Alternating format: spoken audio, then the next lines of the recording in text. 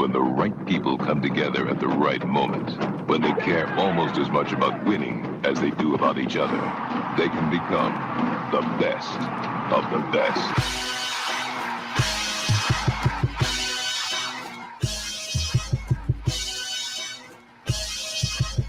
Welcome to the best soccer show, the best soccer show in the whole world.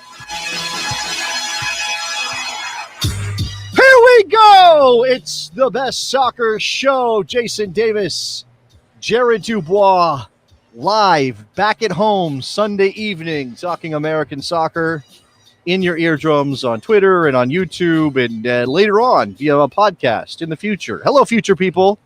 Shout out to our. It's gonna be a spicy one tonight. We were already spicy in the pregame. You know what this is? It's been a little while since the trio has been together, right? So where's Nick? Where's Nick? Last week, you want to bring in Nikki Soup and Sausage right off the bat? Hi. Just to say hi. Let's do it. Let me make sure. I wouldn't be Oh, that's the wrong one. I always do that. That's the same one. There we go. Sausage King of Chicago. I'm rusty as hell. There he is, Nikki Soup and Salad, on the show, back after a week off or whatever. It was like 2 weeks, 3 weeks. I don't know. It's been a while. And Nicholas, your team's on fire right now. So let's first of all recognize that 2 wins in a row. We'll take it. 2 worst teams in Eastern Conference, but He sounds like a dude that hasn't had like a hookup in 2 years. It's like, I don't care. She said okay. Yeah, exactly, right? Yeah, whoever it is, they said hello to me. I'm good with this. Well, Nikki Soup and Salad might make an appearance later on in the program. Again, watch your tackles. That's the FC Cincinnati. Cincinnati Soccer Talk. I thought it was a fishing shirt. Would that just be tackle? I would say there's more than one. What's the plural of tackle? Tackle. In Tacked fishing, up? it's tackle. No, it's tackle. By the way, speaking of fishing, I saw Clint Dempsey caught a fish. Like I saw him on social media. He just posted him How'd I miss with that? a fish. I don't know. He was like doing his business. Anyway, this is all messy now. Thank you very much for this, guys. I appreciate it. We were getting ready to come on the air, and we were talking about some show business, and Mr. Dubois over there. He's a family man. He's got a pool and a smoker. He's out, playing soccer and disc golf and doing whatever he does with his boys. And it's a little different vibe. I'm over here trying to make a career in soccer, Jared. I have a radio show. Did you know I have a radio show? Dude, that's awesome. You should promote it. I have a radio show, and every now and then I feel pretty good about my career, right? I feel good about where I stand in American soccer. People recognize me. They reach out to me. I'm on a bunch of podcasts recently. Thank you very much to everybody who's invited me on their shows. And I'm getting ready to go to Columbus this coming week. I'm going to go to the opener of lower.com field. I don't care what it's called. It's Crew Stadium. And just when I'm feeling good. Hey, congratulations, by the way. What, on paying my way to Columbus? I'm being invited. Well, I kind of invited myself, and some people at the Nordeca are going to hook me up with a ticket and some other stuff. So, and again, thank you very much to them. I'm very appreciative. But every now and then I feel like when I feel like I've got something really going here, I get you to come in. You with your toes dipping into the soccer waters every now and then. Like you're here. You do a great job on this show. But I prefer not to be noticed too much. This isn't real life for you. But I want to be noticed. What did you do? What did you do before just minutes before? I did lots of stuff. I don't know. I did lots. Which one are you thinking of? Just minutes before the show came on, like undermining your boy, like just taking shots, like digging the earth out from underneath. What the king thing? Is that the one you're thinking of? Something like that. We have a gentleman that's doing some social media stuff. He's doing a fantastic job. You check us out over on the socials, over the Instagrams and the Twitters and stuff like that. And there was a nice story out there looking to get some questions for Jason. And I just thought it was funny that it was put out there as, any questions for this king? What? Are you saying I'm not? Are you questioning like a Latin king? Like what? No, I'm definitely not a Latin king. That is very inappropriate. How dare you say a thing like that? No, I'm just saying, like in the sense that I am, I'm a gentleman of worthy of respect. Yes. I have my stuff going on. I mean, look, Jared, look at all these things I have in my house. Look at all this. Which one of those shelves is where you keep your crown? That one's above. You can't see it. Oh. It's above. It's up here, above the. I'm surprised you could see me from up there. I mean, I'm not the one with the guns out tonight. You're the one. Listen, You know what it's like. Let me get it up. Let me get it up. I'm telling you, it's so hot here that every sleeve is another drip of sweat. Is it hot? Is Yes. it hot? Is it hot? Is it Yeah, humid? it's been like 104, dude. Is it humid? In my pool, Okay. I went up extremely humid in there. to my car this morning at 10 a.m., 10 a.m., and within 3 minutes of being outside, I was drenched, Okay, sweating. hold on, back up. What do you have to go to your car for at 1 in the morning? I said 10. You're not paying attention Oh, to I me think now. so, I I think said so, 10 a.m. 10 a.m. I went out to my car, and I was just dripping sweat. It was ridiculous. Don't get me hot. Oh, Don't man, give me I've that. I've been in the pool so much this last 2 days. It's crazy. It's the only way to keep cool. Look at me. I'm starting to get red. I'm looking like a lobster. That sunscreen's important. Put it on. I Wear hear it. Everybody protect themselves. All right, we're here. It is Sunday. There's MLS. It's happening right now. It is what it is. We will get to some Major League Soccer topics. We will certainly hand out some old bababies at some point, Jared. I think that's The necessary. pre-court rivalries right now. Is it? What are we calling it? Like, what is it? I don't know. There's a lot of things I could do with pre, but Uh-huh. let's see. Okay. Let's see. Pre-hio? No, that's not good. What do you want to do? Pre-hio. Okay. It's the carpetbagger derby. Ooh, that's not. It's like I can see that. I mean, stepping out in your lady rivalry. I don't know what it is, man. Okay. All right. The mistress derby. I mean, I right? don't want anything that assumes the pre-court's negative. I mean, that's kind of messed up. I feel that way, but I feel it's kind of unfortunate for all Austin fans if we make this gotta be negative some, you know towards what? Austin just because It's got to be. It's got to. And I saw an article today. I didn't get a chance to read it, but the framing up basically was that Columbus people don't like Austin only because of Precourt, and if Precourt ended up selling the team one day, Columbus people aren't going to care anymore about Austin FC. They still have their team. They got a new stadium. People in Austin, what do they care about Columbus? Like they don't know. Why would they have animosity towards Columbus? It doesn't make any sense, right? It's not like it depends. If Precourt ends up owning the team for 10 years, it'll just be there at that point, and it's going to continue at that Sure. point. For example, like LA San Jose was this weekend, right? LAFC is probably the one that's being marketed all the time as the new rivalry, and it has a more natural rivalry to it. But for old heads like me, San Jose is still the big one because that's the one that's always been there. Sure. If people in San Jose are bitter about the way that LAFC and the Galaxy get marketed together as El Tráfico or whatever they call it, then be better. Be a better soccer team. That would be my advice to the San Jose Earthquakes. I'm going to advise against that because I prefer the easy games. But yeah, I don't know. Yeah, I don't know. So with Crew opening their stadium, now the Home Depot Center, which I'm not going to change the name of, is now the oldest soccer-specific stadium still being used. Okay. Yes. StubHub. Right, You can call it StubHub if you want. I don't know what it's called now. I don't even pay attention. It's called Dignity Health Sports Bank Spa and tennis courts or something like that. That's what it's called. There is a tennis court there. There is, yeah. There's a by the way, if you look up a Galaxy game on Google, a Galaxy game, not a LA Galaxy 2 game, a Galaxy game, it says like Dignity Health Sports Tennis Center for whatever reason at the bottom of the score line where it's supposed to be the stadium. I don't know why much it says dignity that. in that. That's what it says. The tennis center. So my question to you then is LA the next team that needs to get a new soccer-specific stadium? Or is it still... No. Where's the hierarchy of teams that have made one? Dallas is the next oldest one after Galaxy, I think, maybe? That might be right. Bridgeview's in there somewhere, but Bridgeview's done, so that doesn't count. Those are right in that range right there. Now, the Galaxy just got all that Charger money, and they did a retrofit on the stadium, put a big screen out there, stuff like that. So they have done a little bit. If you could figure out a way to enclose the entire StubHub, Home Depot, Dignity Health Sports Bank, and Spa, and make it like we're seeing with the modern MLS stadiums where there's a roof everywhere and the sound stays there. Because you got to get out from that university lease that they have there. There's issues there with weeknight games and stuff like that. So. That is true.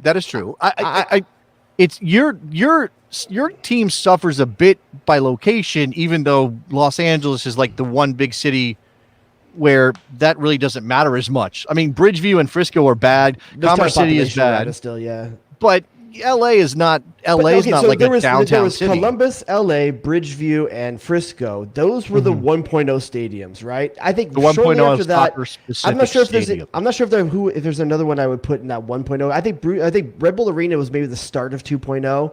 I think that's maybe kind of where the 2.0 stadiums in MLS That's started. probably right. And Red Bull Arena completely enclosed. No reason to do anything with that one. Maybe you throw Colorado's in the 1.0 as well. Oh, definitely. Maybe. Yeah. No, Commerce City, because it's not enclosed. It's like stand, and maybe a little bit of a roof, right? And it feels like a high Houston school maybe falls stadium. into that as well. So out of those ones we said, if you're going to pick one stadium MLS to abandon, start over, get a 3.0 stadium, kind of like the Columbus is doing right now, which of those markets is the one you'd want to see that happen in?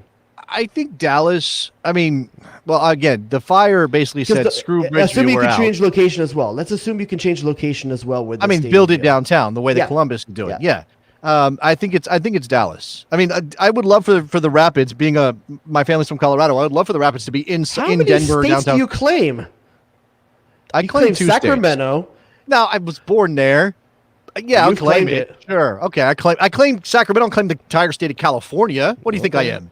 That's a big state. I got to get an army together to go take that down. So Colorado Stadium, also on the outskirts, getting downtown would be a good deal for them. Yeah, you can actually see it when you fly out of there. I think it's Dallas, and I actually had this conversation with somebody not that long ago, because the thing about Dallas is they have the Hall of Fame there now, which is an anchor that holds them to Frisco. And for the club, it makes no sense to leave Frisco and go try to build a stadium downtown, because the financials make sense for FC Dallas.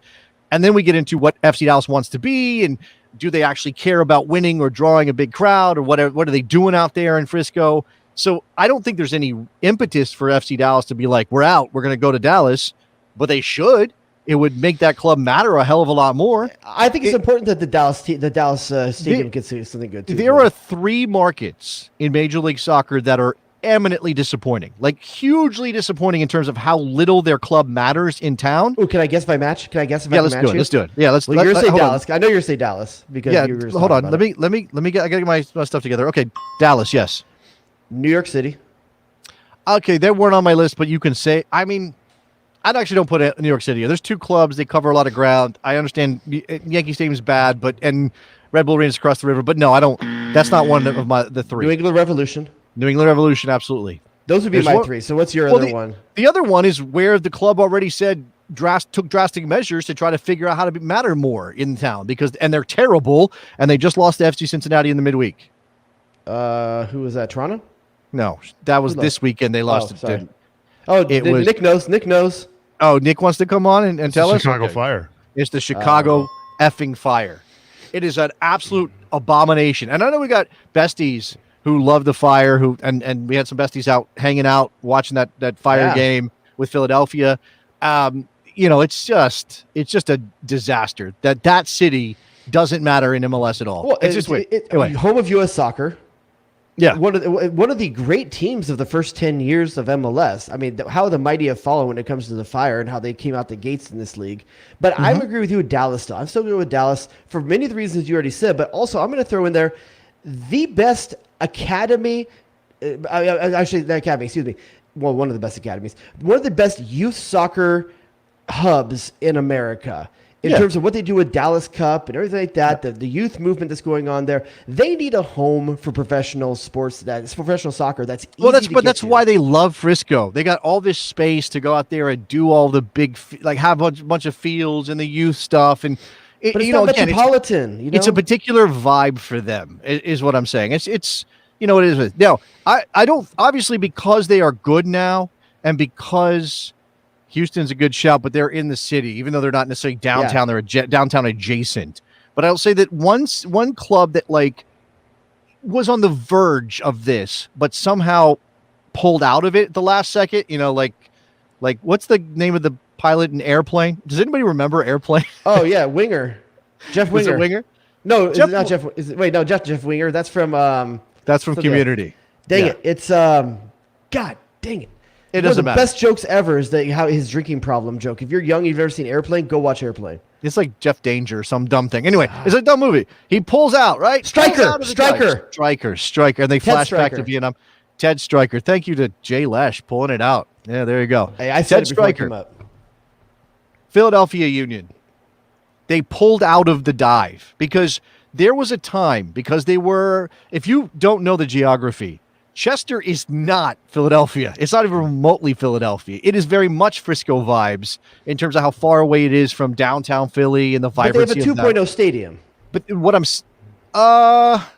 I don't know that you could call 1.5, 1.5. I It's mean, not that 2.0. and then the Great Bridge View. They really thought No, no, about no. where they put it. Like There are it's things the feel there are- of it. There are things about that stadium that I love that are great. Yeah, the view of the Commodore Barry Bridge, the river end where the Sons of Ben's. I sound like the guy from Letterkenny. I've been watching a lot of Letterkenny.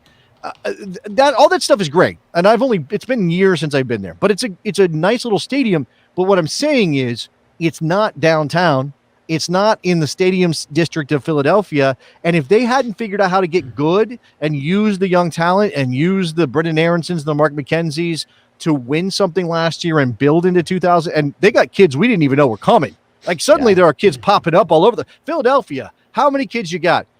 If they didn't do that, we might be talking about them, but they did. So this kind of says like, it's a little bit about your geography. And it's a little bit about your stadium, but it's a little bit about the club you run and how you sell that club to. I'll book in this with a take from Nikki Super Sausage here in the chat. And I think this is a good take. Any soccer specific stadium that has a concert stage built into it is MLS 1.0.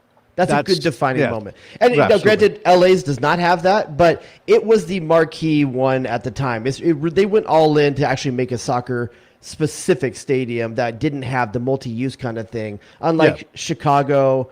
But Dallas and Columbus when they first did it. Okay, so Don Fredo 9 says that geography doesn't matter, and I want to just acknowledge it because it doesn't matter if your club is good, and it doesn't matter if you market well enough that it doesn't matter. You know what I'm saying? Like there are other factors you can overcome those things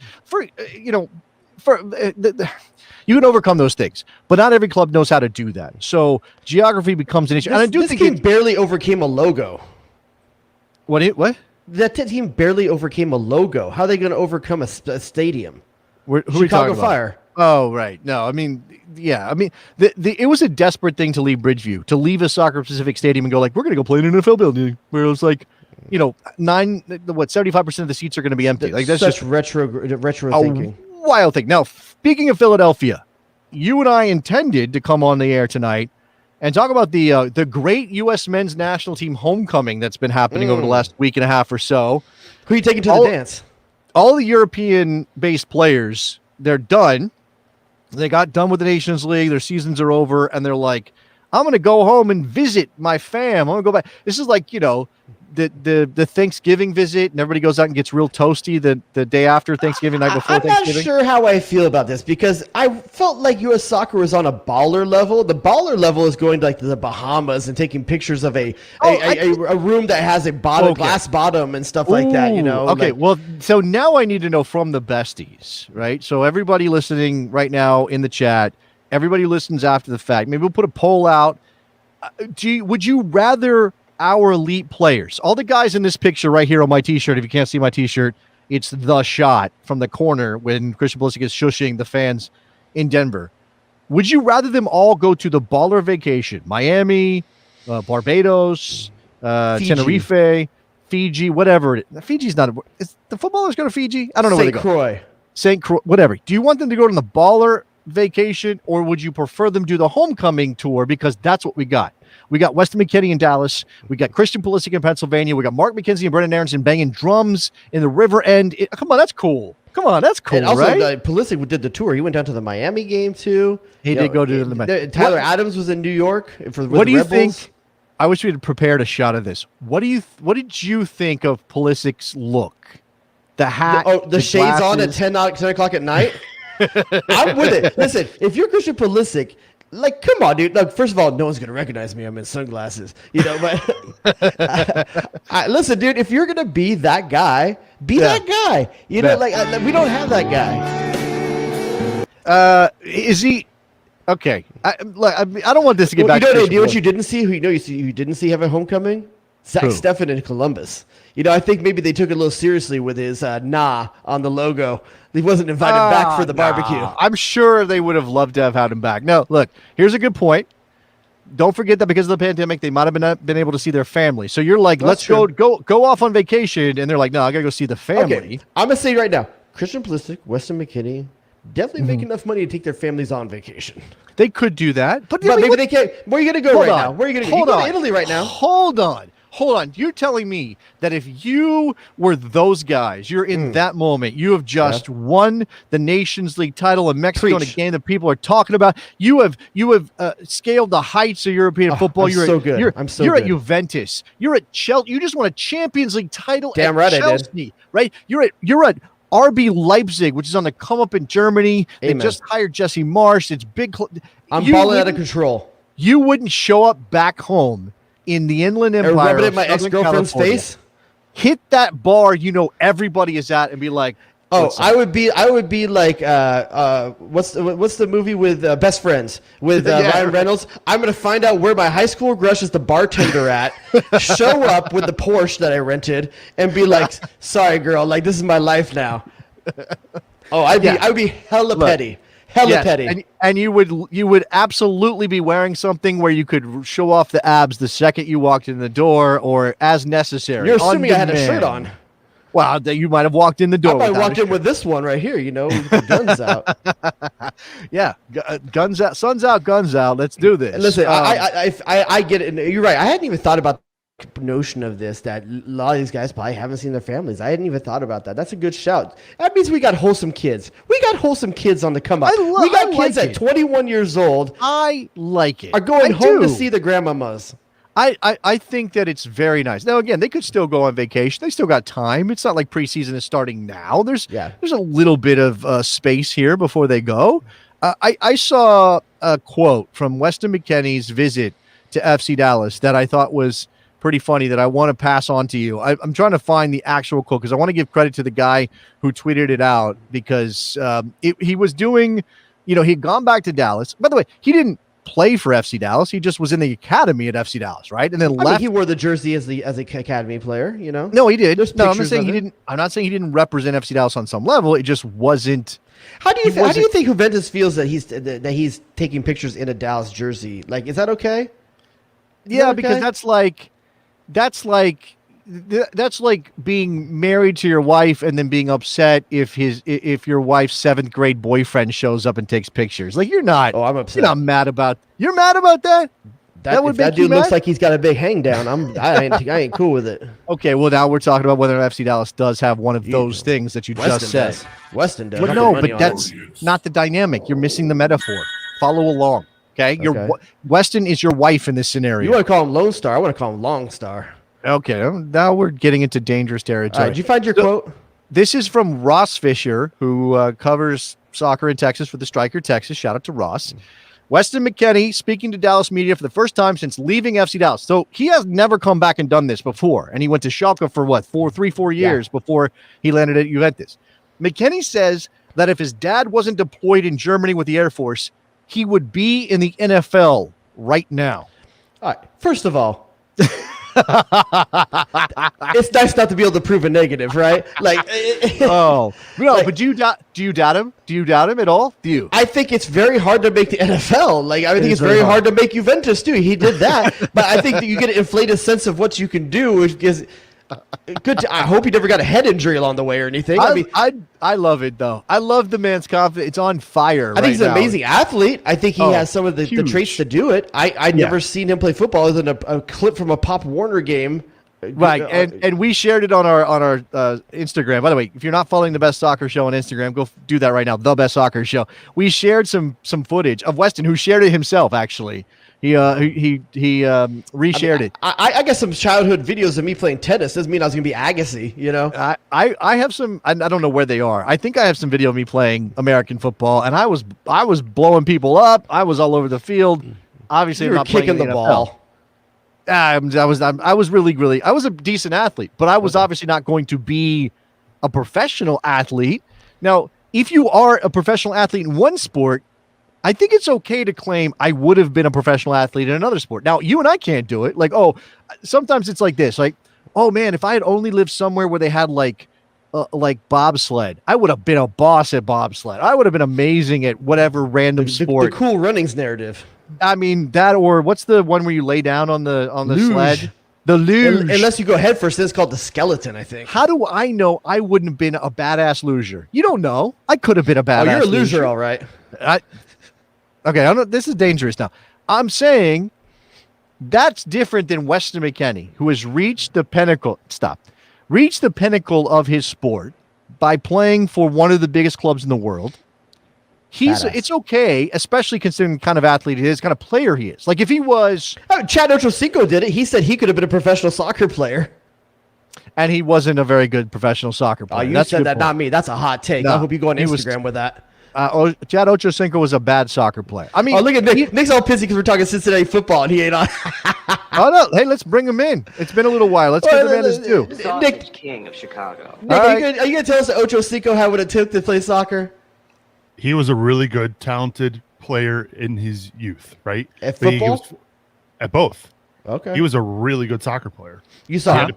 He had to pick, and he picked football, and it worked out for him. He made millions of dollars. I've also But that's what I'm talking about, though. Every professional player that had to pick assumes they would have been Hall of Famer in the other one as well. But like again, Taylor Twellman will probably tell you he could have played for Orioles or something. Like he probably does believe that. And shout out to Taylor. And who's to say he couldn't? Who's to say he couldn't? Yeah, he's got baseball players in the family. You got to keep in mind too that this would have been in the late '90s, early 2000s, right? So Major League Soccer wasn't what it is now. For Chad, for Chad, I think I still think he made the right decision. I don't disagree.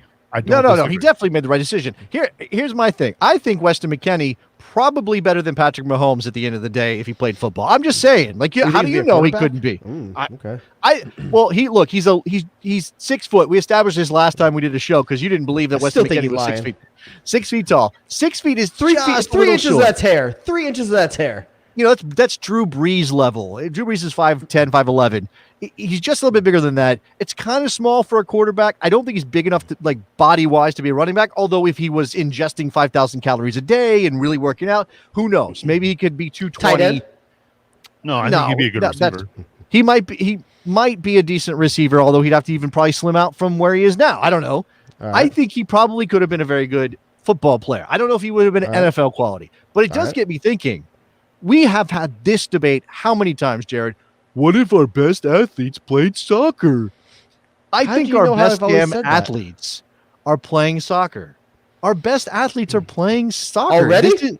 Yes, right now. And first, by the way, I think it's been... Now, when you say best, you're obviously trying to be selective.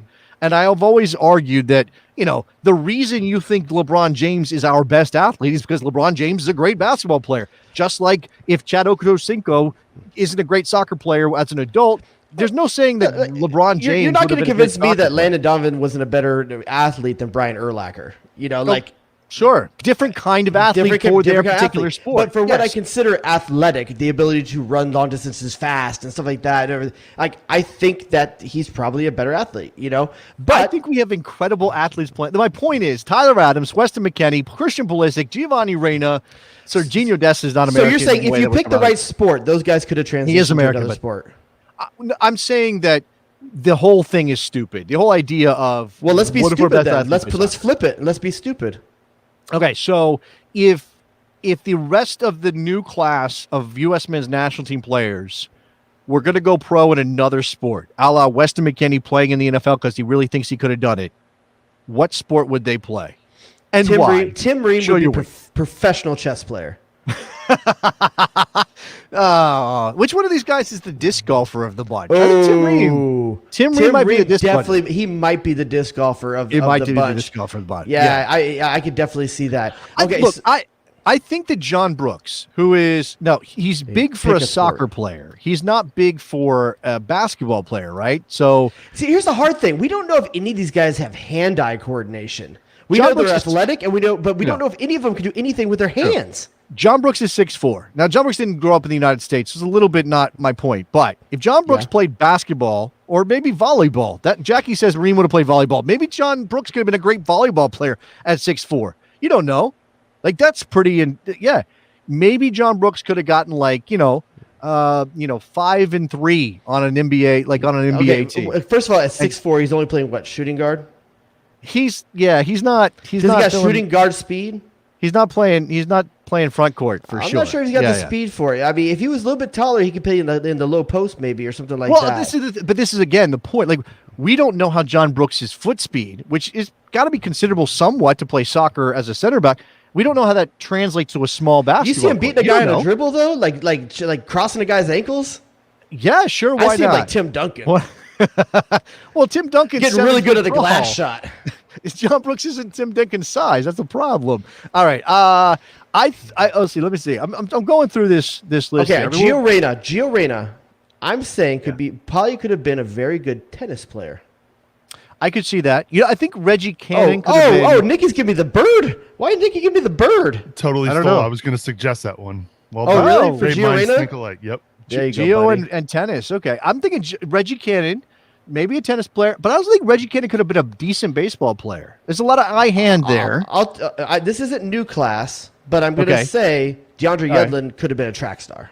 Oh, I mean, if he really worked at it, it's possible that he could have been. I think so. He could have been that guy. What about Tyler Adams? Because the body type does not work for most American sports. Man, with that industry, I'm going to say, I can't see any of these guys playing baseball because they all run. I think Reggie Cannon can play baseball. I really do think he could play baseball. There's a lot of guys. For Tyler Adams, though, okay, I got some for Tyler Adams. I'm going to say water polo. Think of how hard that dude works. We're into the Olympic sports. So now I got to open up a whole can of Olympic sports in order to figure this out. What were we going to say? Hockey? No. Although maybe there's a hockey player in there somewhere. Ooh, but a hockey player. I can tell you, like Boca Negra could have been like a hockey player. Jay DeMerit, someone that could be ready to body someone. Sure. You got to be Gooch playing hockey, dude. Oh my God, Gooch would have been an incredible enforcer. It would have been amazing as a hockey player. All right, Nicky Soup and Salad's back again. What about lacrosse for Tyler Adams? What's lacrosse? Oh, that's a good.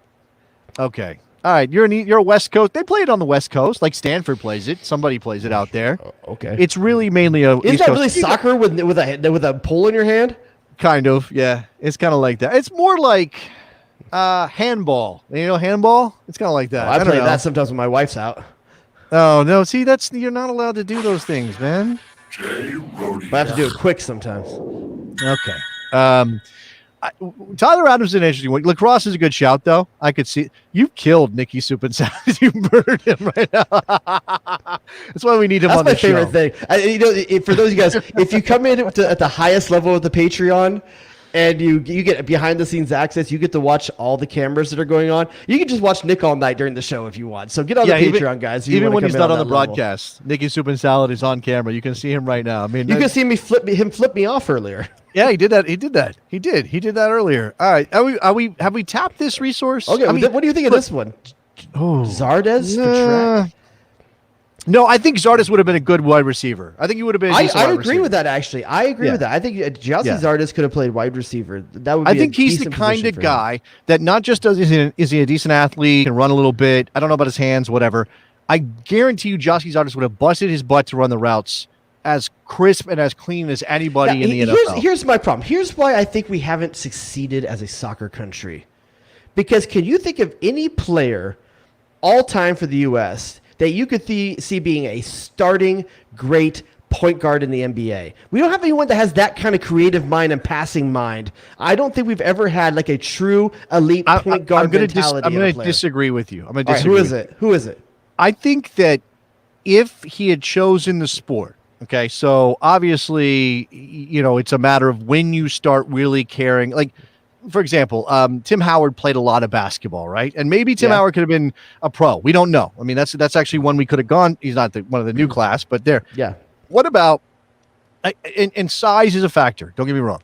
Always. If Claudio Reyna had decided to focus on basketball, I bet you he could have been a hell of a point guard. I really do. I'd see him being a point guard like. I don't see him being like a point guard like Allen Iverson, Allen Iverson was a scorer. We're not talking about you said a point guard. In my head. A guy with handles. You think Claudio Reyna was a guy with handles? Could have been. You don't know. Could have been. When I think of a point guard, okay, a point guard to soccer ratio, I'm thinking like Messi. Again, this is about inception, right? So Larry freaking Bird is one of the greatest basketball players of all time. I take it back. Not Messi. Xavi. Messi's more of a shooting guard, a slasher. That's fair. this is what I'm saying, though. It's all about when you pick this up and how much you put into it. And yes, natural ability matters, but it's like it's only a certain percentage of your success. I'm not saying that check out that LeBron take. James. Look at the reality going right here. Well, that's true. That he did play point guard for Duke. Yeah, Jay Heaps did play point guard for Duke. I don't think he started, but he played point guard for Duke. He got some minutes though. He got some minutes. Oh, what about this one? I kind of like this shot. I hadn't even thought about this angle. Daryl Dike for WWE pro wrestler. First of all, athlete or not athlete? Oh, they're athletes. They're just not competitive athletes. They're like American Gladiators were. They're like acting athletes. In a way, dude, can you imagine Daryl Dike playing American Gladiators? What would his American Gladiator name been? You know why Daryl Dike is a bad shout? Energy. I mean, he would have to be the biggest baby face in the world. He would only be a good guy. I can't. I'm sure if he can be a heel. Never could he be a heel unless it was just like he's so nice people don't like him because it's kind of like that thing you flip it over and now he's just too nice and everybody gets annoyed with him. I feel bad that this is kind of accurate. It's so unsexy for Tyler Adams. Tyler Adams, long distance runner. Man, there's nothing like a baller about being a long distance runner. Yeah, that's true. Those guys make some money, though. Sorry. Here we go right here for Lefty's got your back. I see Reyna as a John Stockton type. Shout out to Lefty. Pick and roll. That's what I'm saying. Well, okay, then who's his Karl Malone? Who was his Karl Malone on his team? Brian McBride? Yeah, I guess if we're talking about trying to equate the soccer positions to the actual like low post power forward dude, I don't know. I think we actually got someone that's got the take on the line that wants to say they got an idea for it. Let's go to Randall in Florida. Randall, you're on the you're on the best soccer show. I don't know. I haven't worked in like a week and a half. So much for being a king. I'm the worst. Randall, what's up? Good to hear from you guys. I'm gonna switch it up a notch. I got an American athlete who probably would have done good in soccer as well as the sport he actually did, and that's Kobe. Mainly because he's always been a soccer fan. His dad grew up with his dad in Italian basketball. If he wanted to play soccer, he could have, and he would have made a damn good striker. Okay, so we're talking about a Zlatan type of striker here because he's okay. There is that, but I see Kobe being. If Kobe was going to play soccer, this is the other way we were saying. We said we were going to go this way, but let's go this way for a second. Kobe in a 4-3-3 system is a fantastic idea. Like one of the outside forwards. Oh yeah. I mean, first of all, let's all pour some out and say rest in peace, Kobe Bryant. I'm going to make sure that's out there. Exactly where I was when I heard the news, baby. Very sad stuff. But yes, Kobe Bryant as a slashing wide forward. Is that what you're imagining here? Oh yeah, dude. Think of him. Think of how he did from the point. Maybe he makes a turn on the edge of the circle, beating a guy. Oh yeah, but here's the problem. Here's the problem. Randall for 6'6". He would have taken like Peter Crouch out there. He would have been taking shots from 35 yards out all the damn time and making them. No, come on. I mean, I do like obviously I like the idea of Kobe Bryant as a soccer player. I just think that the whole thing about best. Wait, I got a question for Randall. Yeah. Randall, I'm gonna put you on the spot real quick, okay? Because I think it's just funny to see what someone's first reaction is. When I say a name on this U.S. national team, I just want you to give me your gut reaction, first sport that comes to your mind. Okay, you ready? Josh Sargent. Oh, God. Windsurfing. I tell you, no other player on the team does that concept work for except for Josh Sargent. I'm telling you. The man's from St. Louis. I don't think he's ever seen lake surfing. There's wind on lakes. Yeah, can you? Randall, best answer ever, Randall. Appreciate that. Thank you very much, Randall. Appreciate the call, man. We do have phone lines open, so if you want to give us a call. Nick says Josh Sargent, pro golfer.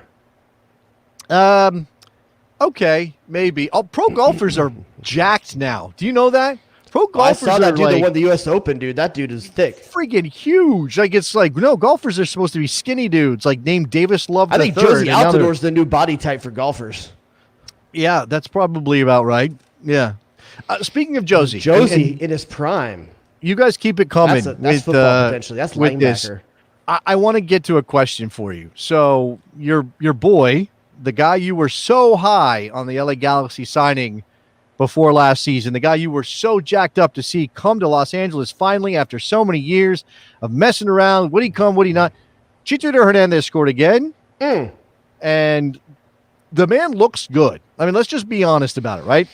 And of He's course, good if he gets service, and that's the big thing about LA. Can he get service? I saw a tweet, somebody down Mexico way, and they said, it was in Spanish, and they said, Tata Martino needs to figure out or needs to announce why he's not calling up Chicharito Hernandez to the Mexican national team, because it's not like they are rich in striker options right now, because Raul Jimenez is still injured or still dealing with the thing that took him out of the Premier League season. So they need help there. Why aren't they calling up Chicharito? And it occurred to me, like, if this was Josie Altidore, if 32-year-old Josie Altidore was banging in goals in Major League Soccer, and we still had a bunch of young players coming through, Daryl Dike, Josh Sar, he would get a call, right? Josie would still get a call, right? Yeah, I think so. I definitely think so. And here's the thing, too. Chucky Lozano's a better player, by far a better player. Lozano's not a center forward. We're talking about center forward. Exactly. That's the first point. The second point is there were some good chances that Chucky Lozano missed that a center forward is supposed to make against the USA.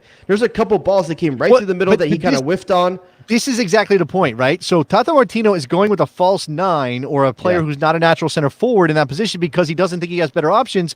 But then Chicharito Hernandez goes out and scores in a Major League Soccer. And it's like, well, why are you not calling in Chicharito Hernandez? Here's the thing. Would he call in Alan Pulido? He did call in Alan Pulido. That's my point, though. Alan Pulido has less goals in MLS. He's been injured more. And he's not calling in Chicharito. A guy who's been magic in the national team. He's not going to have any stage fright on that level or anything. That dude's been there, done that. I think the best they have, and somebody who knows Mexico but better can tell me if I'm wrong. I think JJ Macias is the best they have, and he's not quite there yet. He's not where they want their center forward to be. Oliver is saying that Chicharito Hernandez is 33. Mexico's going younger to keep up with the U.S. maybe, except they don't have anybody in the gap, right? That's the spot. Mexico is fantastic with a 35-year-old Blanco. I mean, you can make these players work. So they're playing Guardado, for God's sakes, and Herrera. I mean, it's not like they don't have age in this team in places, but they have Lainez, who's young, 19 years old. You got young Chucky Lozano. You've got all sorts of players with youth around him. Mm-hmm. If you got to bite the bullet and get a guy that can finish from 12 yards out, get a guy that can finich from 12 yards out, because that's what they're missing right now. And here's the thing. You just mentioned Chucky Lozano, Diego Lainez. You talk about the kid Antuna. who was in Antuna. Corona. Exactly. Corona. Yeah. What do they do well? They Slash. set up. They slash. They serve the ball into the box, right? Yep. So can you? I mean, I'm not trying to make Mexico better necessarily, but if I can imagine Uriel Antuna cutting to the end line, cutting one back, and guess who's there at the near post? It's Chicharito Hernandez. I mean, for our benefit, for American. Would you rather, as a Mexico fan, wouldn't you rather Chucky Lozano was making goals instead of scoring them or being the guy you're hoping to finish them? You want him creating. That's why you're playing with a false nine. That's what the thing. That's like, what is it? I know I don't. This isn't a Mexican soccer show. No, I'll leave that to other people. But I do think it's interesting because I think that if Josie out there was in the same kind of form, even though he's a very different player, the United States would call him up. The issue for Josie is that he's not scoring, and now he doesn't really have a place in his team, which is a thing. So have you heard an update on DK? I heard he had ice on his left leg after the game. I will leave that to our boy Freddie in the chat to update us. I did see that. He did come back out to celebrate celebrate the win, so it doesn't seem like it was This is the worry, right? That you're going to put the DK out there, and then you're basically throwing a $20 bill in the gutter, a $20 million bill in the gutter potentially. They make those $20 million bills. They got those in Fort Knox. They got that. Is that do you have to wait? Whose face is on that bill? Do you have to get Nicolas Cage involved to go find the $20 million bill? I think you probably do, right? Yeah, he's got to be involved somehow. There's a map on the back of the Declaration of Independence. You get it. By the way, there are a couple of things, and Freddie's saying he's fine. Small knock. Okay, but that's the risk. Right, sure. There are a couple of things that are going on in American soccer with transfers I think we have to get to, and I'll talk about another player in a second. But this is interesting. Freddie says rapping bubble rapping. Freddie is an Orlando fan, so I trust Freddie to kind of speak for Orlando City fans who are saying look. He's worth $20 million. That could buy a lot of nannies. Him. He obviously can score goals, and he did against San Jose, and that's great and everything else. But he just manhandled the hell out of the Earthquakes. You don't want to risk that if you can. Plus, the Gold Cup, right? And we're gonna get the Gold Cup roster in the next couple of days. I think that's the timing, The right? 30th, I believe. Right. So that today is the 27th. So by the middle of the week, we will have the Gold Cup roster. We expect Daryl Dike to be on it unless what if the deal goes down between now and the Gold Cup roster, Jared? Or what if it's pending? That's the Busio drama as well right now. Busio Yes, that's being what I'm linked saying. with, I can't remember the name, Sassuolo. in the Serie A. You have to do this when you say it. You have to say Sassuolo. Sassuolo. Is Like that, I exactly. feel like I'm being insensitive right now. Your name's Dubois. You're close enough. You're in the general region. Yeah, right Okay. across the Alps. Okay. So let's see. So yeah, I think that is if he signs, I don't think you take him to the Gold Cup. If Busio signs, I don't think you take him to the Gold Cup. I'd be so sad about both of them.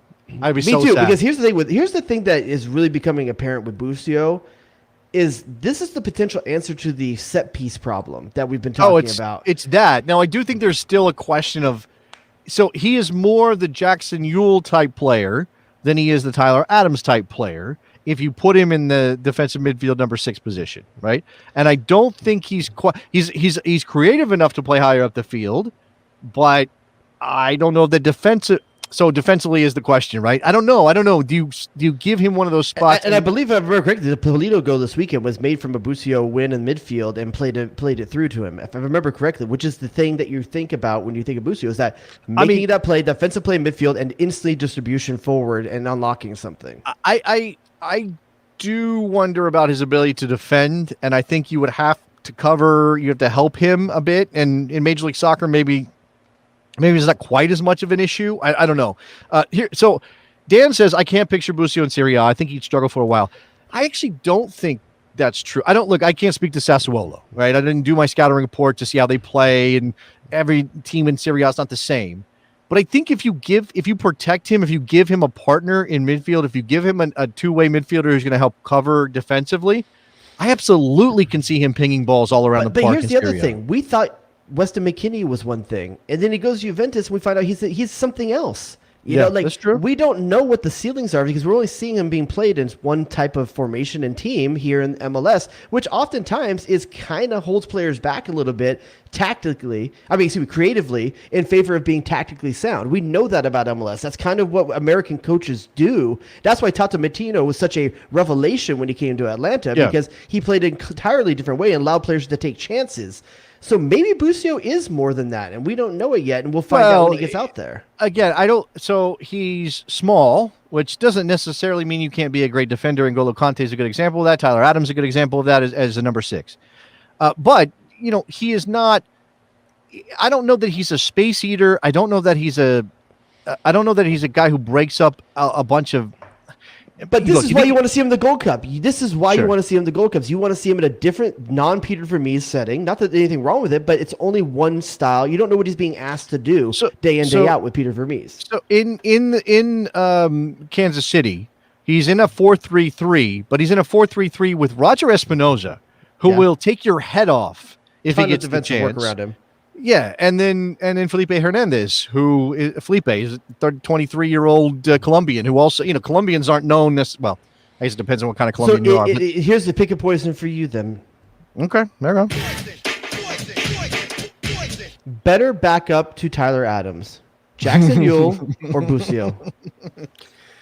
Man, at the national team level. Here's the problem. My bias is that I've seen Ewell do it, and I haven't seen Busio, and so That's I can't. Absolutely the case. I can't be sure Busio's not better. I want to see Busio, so I'm going to say Busio. I don't think that's fair to Jackson Ewell. I think we're about a year away, or maybe we could be 3 weeks away from answering that question.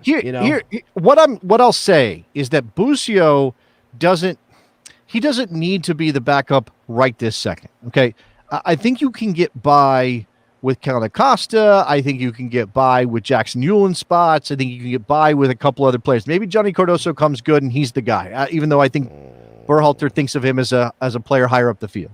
There might be other names who come to the fore, a little bit older, okay, a little bit older than Gianluca Busio, who is still a kid. Let him go to Italy. Let him figure out what he's going to be. Let figure out what kind of system they're going to play. And again, in Kansas City, he's the deepest lying midfielder, but he's not the deepest lying defensive midfielder, if you know what I'm saying. Yeah, I know, or I at know least, what you're saying. he's not the defensive midfielder who needs to do the most work. So if you're talking about 1-for-1, Busio for Adams, I get scared. I do. I get scared. You know, it's funny. How come it's always Italian teams we see linked to Busio? Is it the Gianluca thing? Because his Is dad that is passport? his dad is actually Italian. His dad is Italian. But I mean, Gio Reyna's dad was Argentinian, like in a way. He didn't go to Argentina. You know, like it's interesting that because Argentina doesn't have any money. He's talking about okay. you don't have any money in Argentina.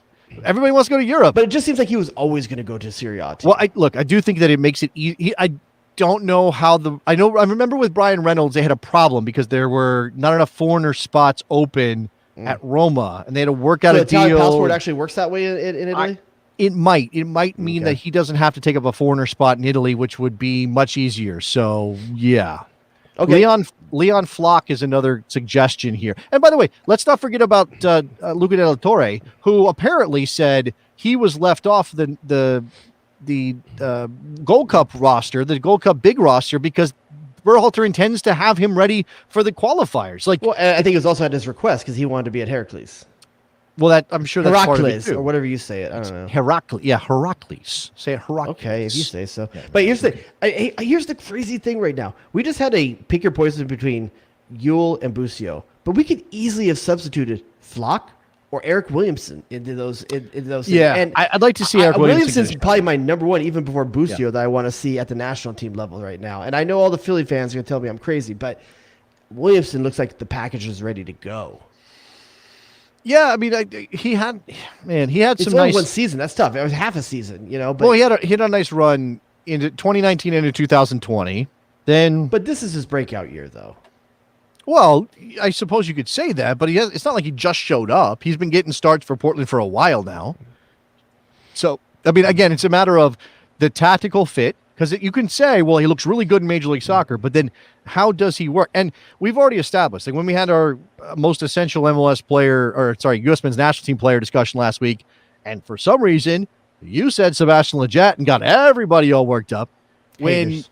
you talk about most essential, people say Tyler Adams, and the reason they say that is because he covers so much ground. But then you get into a question of, does his backup have to be like Tyler Adams, or do you find somebody who's competent, who does things differently, and then you adjust around him? I think part of the reason people say he's number one as well is because the drop off after him, whereas other players, the drop off isn't nearly as severe from the starter to the backup. Well, sure but again, it's not like the position is. It's not like the person that's behind Tyler Adams has to be exactly Tyler Adams for the team to be successful. Do you know what I'm saying? Yeah. So then it's on Berhalter to figure out, okay, well, we don't have Tyler Adams for this game, whatever it is, for whatever reason. Who's the next guy up, and how do I adjust? Now, and it can be assignments, not necessarily personnel. So if you have Jackson Ewell, now you have Gianluca Busio, now you have Eric Williamson, and you say to the guys ahead of him, Yunus Musa, Weston McKennie, Sebastian Lletget, whoever it is, now you do this differently, right? So now instead of a 4-3-3 where it's sort of a 4-1-2-3, now it's a 4-2-1-3. You know what I'm saying? Like maybe you doing don't locker combinations. I don't know what you're doing right now. Do you know what I'm saying though? Yeah, but here's the thing I was thinking about too. You made that comparison about to make the point you were just saying, like it doesn't have to be the same type of player to be the backup. But we keep falling into that trap when we talk about Weston McKennie. We keep talking about like what he does and stuff like that. But if we're being honest, when you look at Eric Williamson, just like with Busio, Eric Williamson has Diego Chara doing the dirty work. Just like Busio has Roger Espinoza doing the dirty work. Sure. Yep, So that's true. maybe these guys aren't the Tyler Adams backup like we're talking about. Maybe they're the McKennie backup and they just do something slightly different than what McKennie does. It's not like Weston McKennie's not doing defensive work in partnership with Adams. It's True. And again, maybe we're talking about back pressing in some cases. Maybe we're talking about dropping behind the ball in other cases. That's the difference in Jackson Ewell, though. Jackson Ewell is that guy. He is the Roger Espinoza of his team. He is the Diego Chara of his team, which is why he brings something different. I'm not saying better. I'm not saying that he's better than those, but he brings something different. If you're up 1-0, Jackson Ewell's probably the sub you're going to make, and not Eric Williamson. Okay, let's go to the phone line. It's our boy Mike in Philly who wants to talk about Leon Flach. Mike, what's up? I know it's sort of a hijack and definitely a homer take, right? And Expected. don't get me wrong. I mean, nobody knew Leon Flach before, 3 months ago? But, I think the one element you guys are really missing, and Jared, I know, not to use this against you, but like the versatility, right? And I think Flach offers a lot more to the U.S. team than these other players because you can slot him in to a lot of different spots, right? Like he's not just a 6. This is the same argument that Jared used. He can do a lot. This is the same argument Jared used to justify Sebastian Lletget as one of the 5 most essential U.S. men's national team players. It's right. It's about the versatility makes him extra valuable. That's what you're saying? Exactly. The guy is literally a utility knife. I think even before he came to the Union at St. Pauli, that's how they were using him. Like wherever you need this guy, either in the midfield or as a wing back, this guy can slot in and be at a bare minimum serviceable. And I mean, we're seeing him exceed all expectations. I don't know where Ernst Tanner dug this guy up, but I mean, he's impressive. My issue, well, first of all, he's American. He was at St. Pauli. He's obviously within the system that the Rolodex that Ernst Tanner has, the same one that he used to bring Kai Wagner over. What I'll say, though, is our discussion is specifically about who is going to back up or be the next guy up after Tyler Adams. And you're sitting here making an argument for Flach to be like a guy on the Olympic team who can do a bunch of things because you have a limited roster. I don't think that's wrong necessarily, but is Leon Flach good enough to be Tyler Adams' understudy? That's the question, Mike. I don't think anyone's good enough to be Tyler Adams' understudy, to be honest. I mean, if Adams goes down, we're in trouble no matter what. And I had him number 1 on my most essential list. I agree with Jared there. I don't know how you replace him, and it's going to be tough no matter what if he goes down and we need an understudy there. But for a Gold Cup scenario, I think it's worth rolling out Flach. So I don't disagree with that. So here's the thing: we can't take you, but you can't take Yule, Busio, Williamson, and Flach, right? You can't take all those guys to the Gold Cup. Okay, so all right. If you're going to take 2 of them, Mike, which 2 are you taking? You can take 2 of those guys plus Flach if Flach plays some wing back and you're playing a 3-man back line or something like that. Okay, so who's the guy you're leaving home, Mike? You can take 3. I just mentioned 4. Which 3 are? Who's staying home? Busio's not there for me yet. I haven't seen Flach yet. I think it's Yule right now just because I've seen him in the 7, right? But okay, that's why I think it would be good to see Flach in the Gold Cup right now. Yeah. So but, one thing for Mike. I mean, I guess by default it has to be Yule right now. Okay, Mike. One thing for you. I'm going to do the same thing I did with Randall. I'm going to give you a name, and I want you to tell me the first sport that comes to your mind when I say this name. Okay, you ready? All right. Yep. Brendan Aronson. For sport? Soccer. Oh my God. Come on! Were you not listening earlier in the show, Mike? You. What? I tuned in late. Okay. You're excused then. But we were having a conversation. What sport would an American soccer player play if they couldn't play soccer? What's the other professional sport they can play? What's Brendan Aronson? Aronson lacrosse.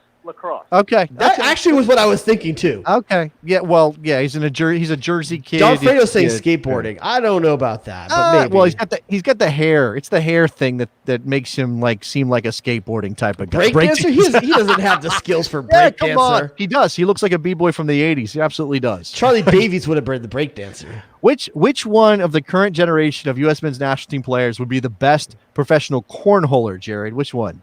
Oh, I think that's what Josh Sargent's actually good at. Oh my God, you can't. That's like that's mean. For some reason, he can hit a target 6 inches wide, but he can't hit one 8 feet wide. Okay, I have another exercise for you as we get ready to wind these things down. I want to talk about the Gold Cup roster, and then so we talked about a couple of those options. Tyler Adams is the ideal, okay, the perfect. Not really, but for our purposes, the perfect number 6 for the U.S. setup. Covers a ton of ground, sprays the ball around. I don't think he's a great passer, but he's a good facilitator, getting the ball to those 2 8-10s. Okay. Of this group, the midfielders I'm about to name, you tell me how close to the ideal Tyler Adams, not another skill set, not like we were talking about changing things up.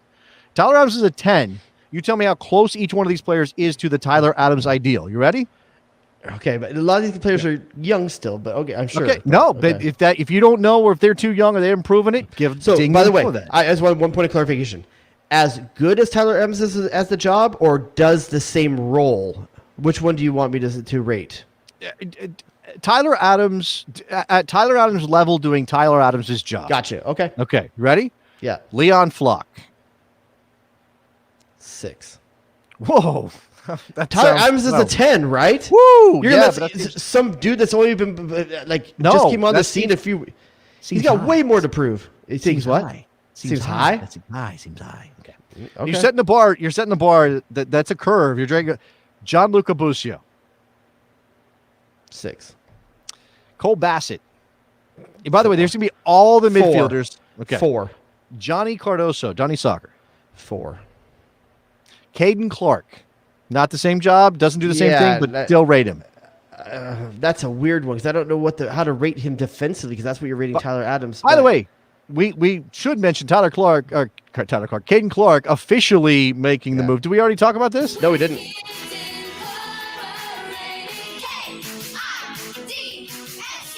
And Cade Cal scored this weekend, so we get to throw him in there too against your boys, even though they lost. No, you say Caden Clark? Okay, Caden Clark, I would give a 5 because he's better than those other players, but I have no idea how he would play Tyler Adams' role. He would not play Tyler Adams. That's like a 2. I think you're wrong. I'm just giving you every single name.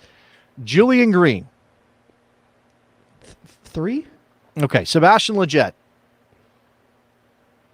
5. Georgi Mihailovic. 1.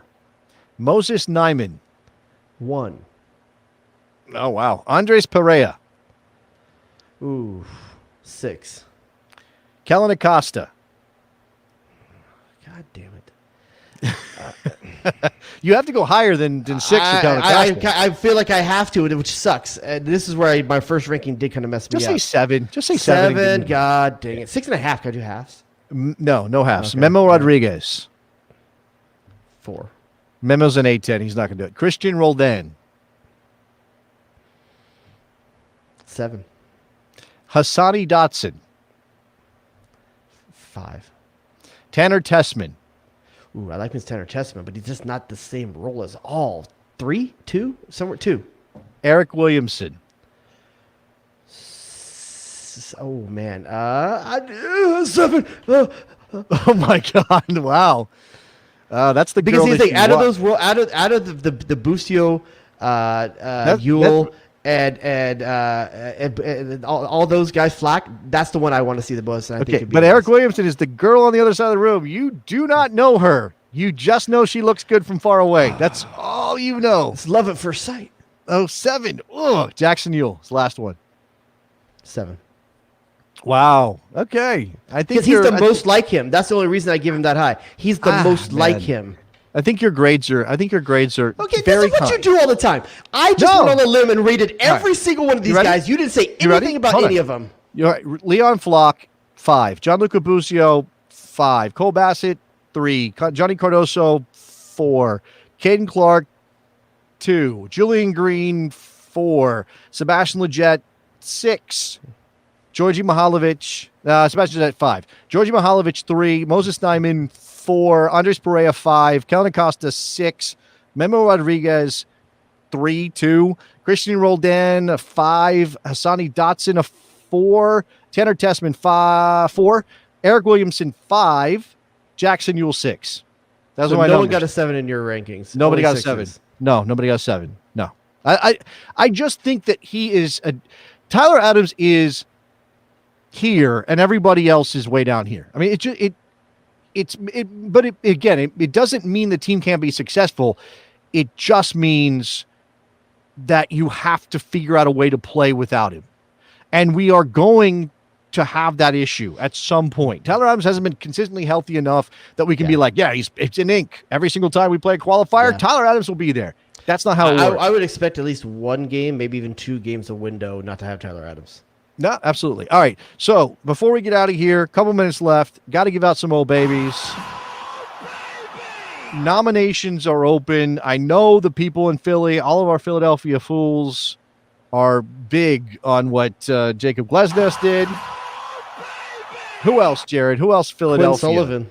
Quinn freaking. I mean, hold on. You want to talk about a lacrosse name? Quinn Sullivan is a lacrosse ass name. Yeah, that dude learned to play in boarding school. Like that dude somewhere has a trust fund. Yeah, I don't know for sure. I'm just saying that name has a trust fund. You know. Yeah, no, there's that's one of the most like Euro names that we may have in America right now. Quinn Sullivan? You think that's Euro? To me, that just sounds like a blue dude, like from Connecticut or something. You don't think that sounds like he's Irish or something? No, it sounds like it sounds like his family's got money and a house in New Haven. That's what it sounds like to me. There's a hockey player, plays for the Montreal Canadiens. He's from Wisconsin. His name is Cole Caulfield. It's like, good Lord, that's the most hockey-ass name I've ever heard in my life. Cole Caulfield? Cole Caulfield trash-canned kids in high school. Like that's Cole Caulfield had a popped collar for 4 straight. Cole Caulfield is the one kid that had a new car at 16 in the parking lot. Cole Caulfield had a new car every year of high school, and he none of them cost less than $55,000. No, not even. Cole Caulfield's the guy that you're going to have to overcome the rest of your life with your girl. Cole Caulfield's dad is only home for 6 weeks a year. That's who Cole Caulfield is. He's the guy that has the party too. That's what I'm saying. Cole Caulfield's got the hot tub and the pool table and the open bar. That's Cole Caulfield. So Quinn Sullivan, though, if you guys haven't seen it, go out and find it because this dude, 17 years old, on his debut, busted his bike out. Where do they come from? Where do they come from? Are they growing them like weeds? Okay, I have a theory on this. Okay, 17 years old. That means he was born around 2004, right? Oh my God, that makes me feel so. I know. Yeah, it's rough. Okay, it's super rough. But think about right now, kids that are 21 to roughly, let's say 15, okay? That range right there. Yeah. Those kids were conceived in the 2002 to 2006 World Cup runs, like that era, where that's the difference. That's the difference 2002 made with the World Cup is that like these kids were conceived during that time. They have special magic that came about from the 2002 to 2006. They were born and conceived in the Dosa Zero era. Now that you mention this is interesting to me. I don't know that Quinn Sullivan's parents were like, oh, the U.S. men's national team's getting better. Let's make a baby. I don't know that happened necessarily. No, it's just the magic was in the air. However, the fact that you're talking about 2002, 2006, these are the years in which Landon Donovan was on the rise as the greatest player we'd ever produce. Now, for sure. Again, we know Landon Donovan world rankings isn't that high, but we love the dude and he did amazing stuff for us, the executioner and everything else. How have we not had someone break through who's named Landon because somebody got busy right around 2002, 2004? Man, I'm not sure. Is that time? Yeah, it's about that time, huh? It's about that time. They should be roughly 15 to 18 years old. But here's the thing. We didn't know the name Quinn Sullivan yesterday. There could be 8 Landons that we don't know about. We're going to find out next week. The bed of soccer in the U.S. is getting hot. Philadelphia probably has a bag of Landons we don't know about that they keep under the cupboard somewhere. We got 2 Paxtons. We got 2 Paxtons. We do have 2 Paxtons, but there's not a great American. But nobody's got. Where's the Claudio? Where's the Where's the Tab? Where's the Bryant? Alexi? Pretty boring name. Where's the Marcelo? DeMarcus? Where's the DeMarcus? Somebody give me another DeMarcus. I want another DeMarcus. No, that's a basketball player. I'm talking about. You said, give me another DeMarcus. I gave you another DeMarcus. Okay. No, I know, but I want the next generation of soccer players who are named after our greats. But you don't want to do that to your kids, though. You don't want to do that to your kids. You don't want to saddle them with the baggage of another player's expectations. I named my kid Tiago. What are you saying? Oh, you can't play soccer. So he's gonna have to be like a professional cornholer. Well, listen, he's not Brazilian, so he'll be okay. You didn't name him Deuce. No. You should have. He was your second kid. Why didn't you name him Deuce? I should have. Somebody said that Landon's a lame name. Okay, look, that's your opinion, Freddie. Landon's a lame name. Whatever. I'm not going to argue with you. I didn't name my kid Landon. Do you think there's like a bunch of Clints running around who play soccer who are like 17 years old, or is that just Clint like will never not be a badass name? By the way, did you see the rumor about Clint Mathis? What about and the $1 million Pepsi contract? Like he got paid by Pepsi under the table $1 million.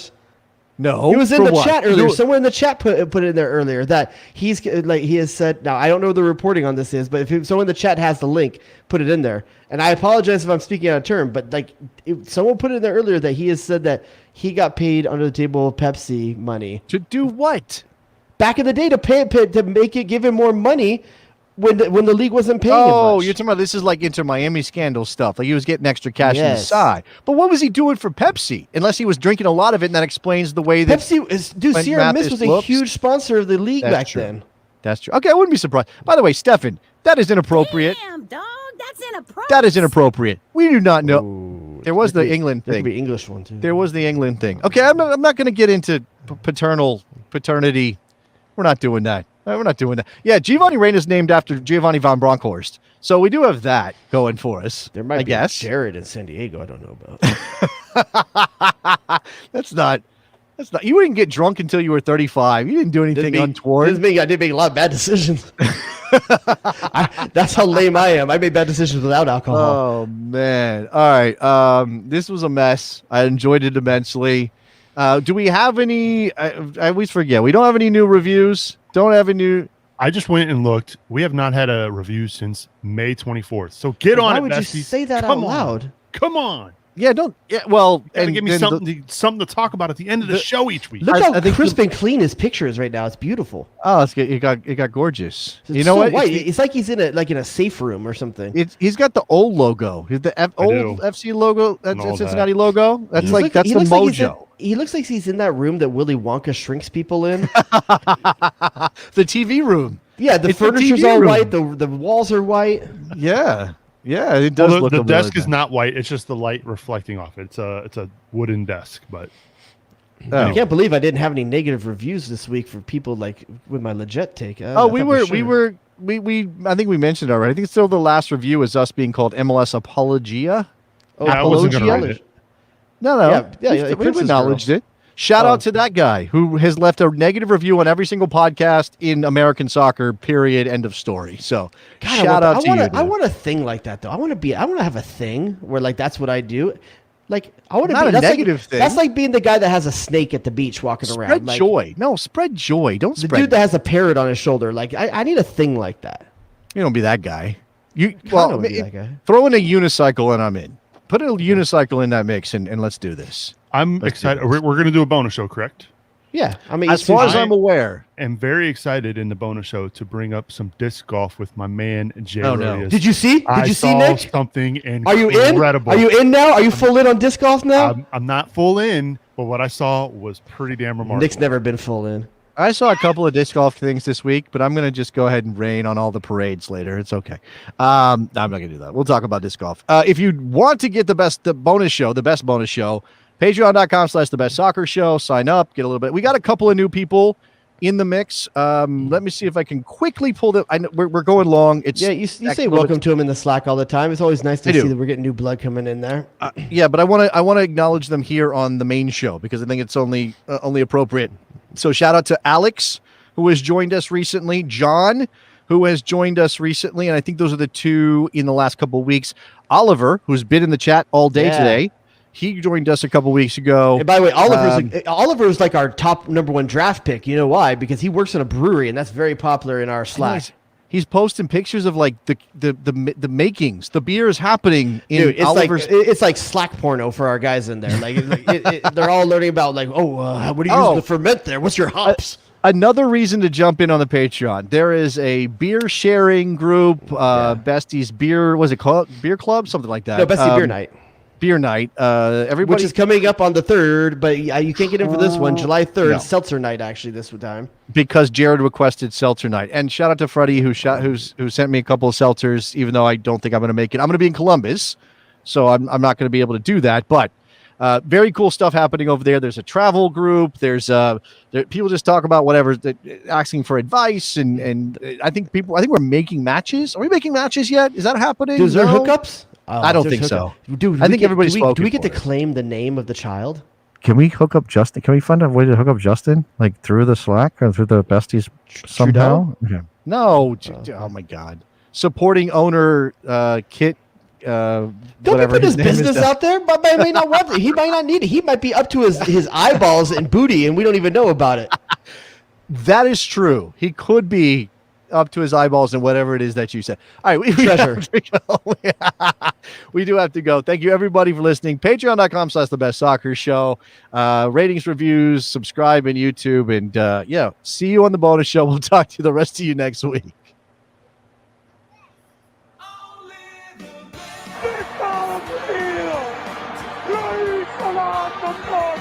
You shut your mouth when you're talking to me. Duh and or hello. I wouldn't be caught dead in the sweater vest. I don't like this game. Your men are brutish and their play is ugly. Who asked those questions? You feel respect for the gamer.